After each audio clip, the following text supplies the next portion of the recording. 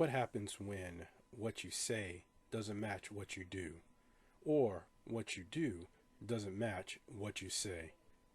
This is the issue that we're going to talk about: race and sports. Does it mix? Does it match? Should it matter? Today's episode is going to be really important. Stay tuned.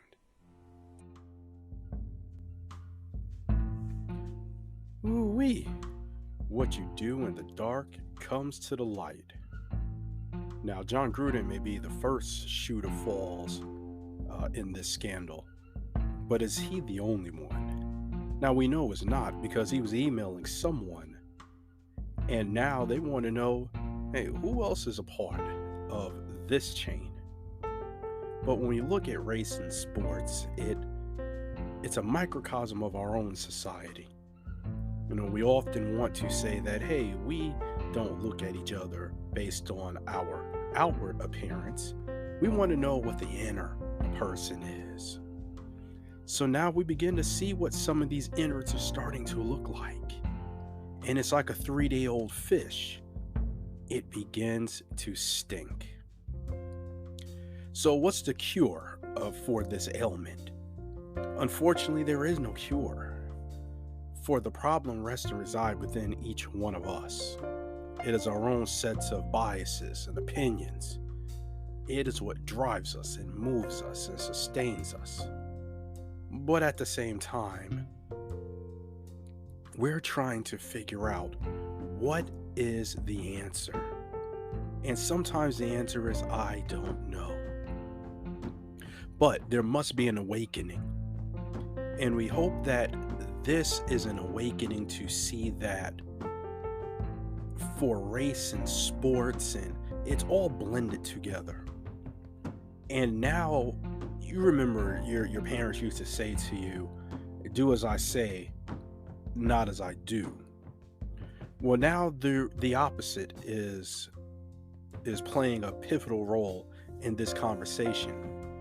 Now it's not so much do as I say, not as I do. But now, don't say what I do, because what I do may not be true.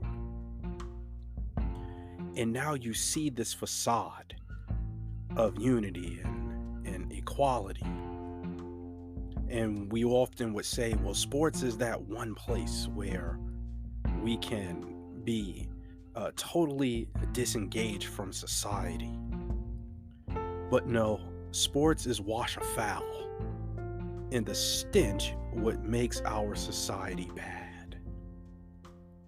And so it does not matter what we think anymore, because now your words betray you. And so as we begin to look at this situation, we can go back to, the days of Jackie Robinson, and go back to integrating baseball, where that's why we had a Negro League, because they felt like black athletes did not belong. You look at the NBA, you look at football, you look at basketball, you look at hockey, you pick a sport, and you'll see the struggle that race has played even in our sporting environments. But we want to exclaim that sports is a microcosm of our society. And now John Gruden and others, for he is not the only one, but now they're making us realize that maybe this microcosm of reality is not so much an aberration or a utopia, but now it is becoming more like the Twilight Zone, where we're entering a dimension of sight and sound. But the door that we're opening is a door of disbelief. And so now, as we're in this 21st century, we want to, condemn athletes, we condemn sports owners, we condemn fans, and we all jump at each other and attack each other, and we say there shouldn't be race in sports. We should all just be good teammates and play and not worry about the ills of what happens outside that locker room. But when you have your leader espousing such terrible words, when you have the prejudice vernacular, when you hear these unforgivable words, and then at the end wrapped up to say, I didn't mean to hurt anyone. That's just like someone standing in a movie theater and yelling fire. Or that's like the person who sets the fire as an arsonist and says, I didn't mean for anyone to get hurt. But if that's the case, then why would you dump the gasoline, light the match, and then watch your creation in its most terrible form? This is what we're dealing with in our microcosm of society. For all of our advancement, for all of our technology, for all of our political savviness, for all of our community activism, for all of our wokeness, for all of our still fast asleepness, we are still engaged in this fight. And it is a fight that we will always have to be engaged in. And the one thing that we thought was our safe haven turns out to be the burning pot, the unquenchable fire, the Mariana Trench, the Grand Canyon of our problems. You would think that there's no place for racial tension in football. But we have Kaepernick and Eric Reed. And these are not people that were aberrations. These were real people talking about real issues, but they were condemned.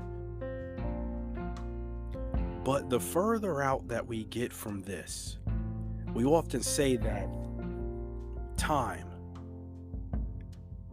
will either be very friendly or unfriendly to us. We often say history will look back and tell the story. Well, is that story all wrong now?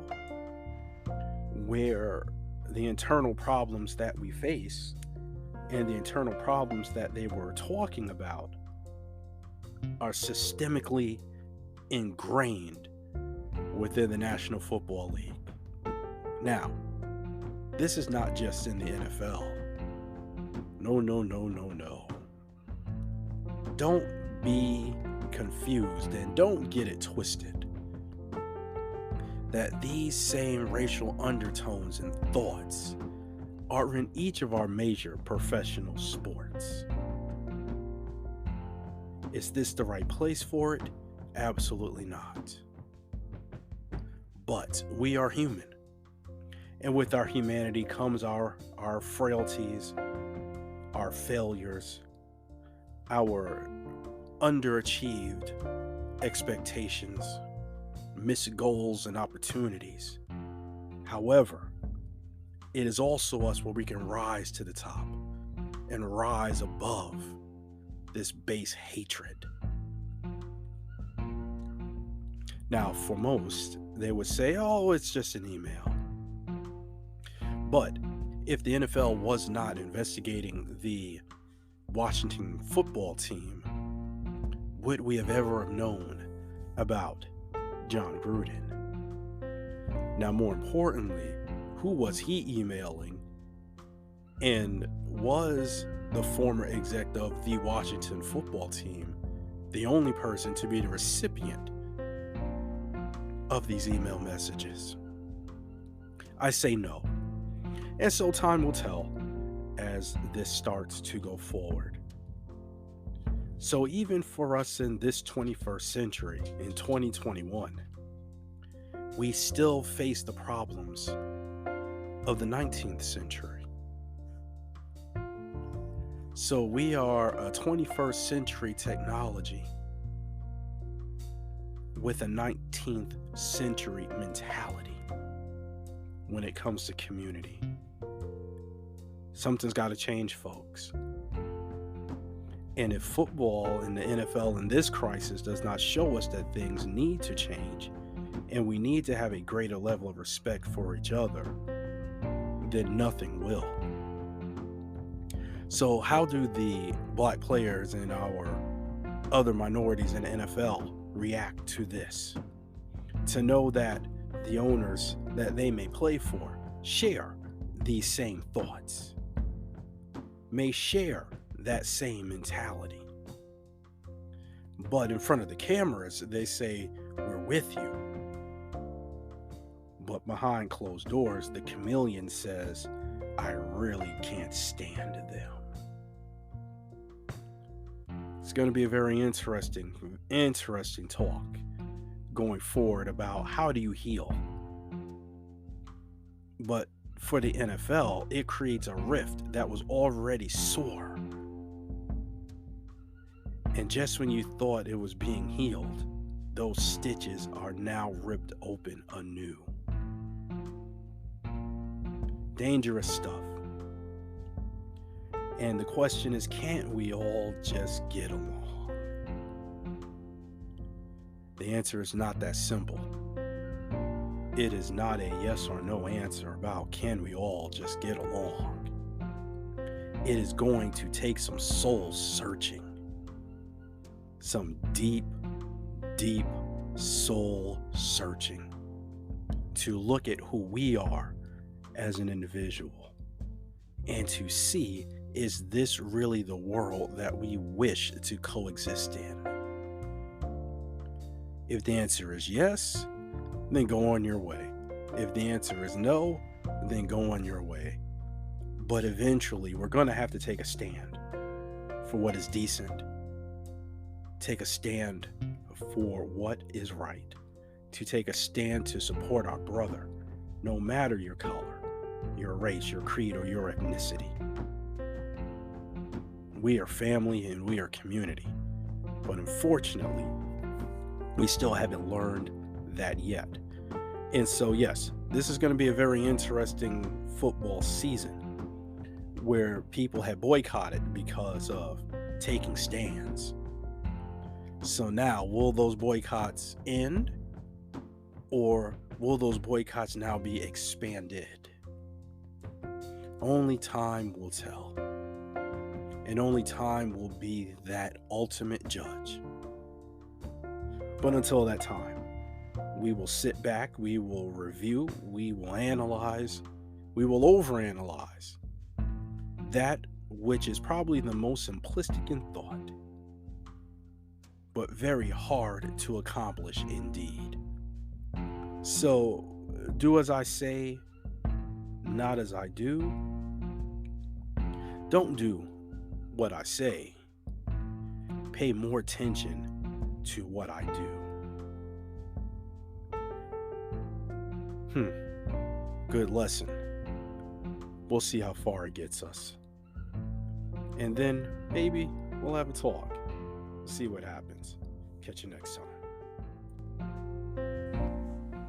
Thank you for watching the video.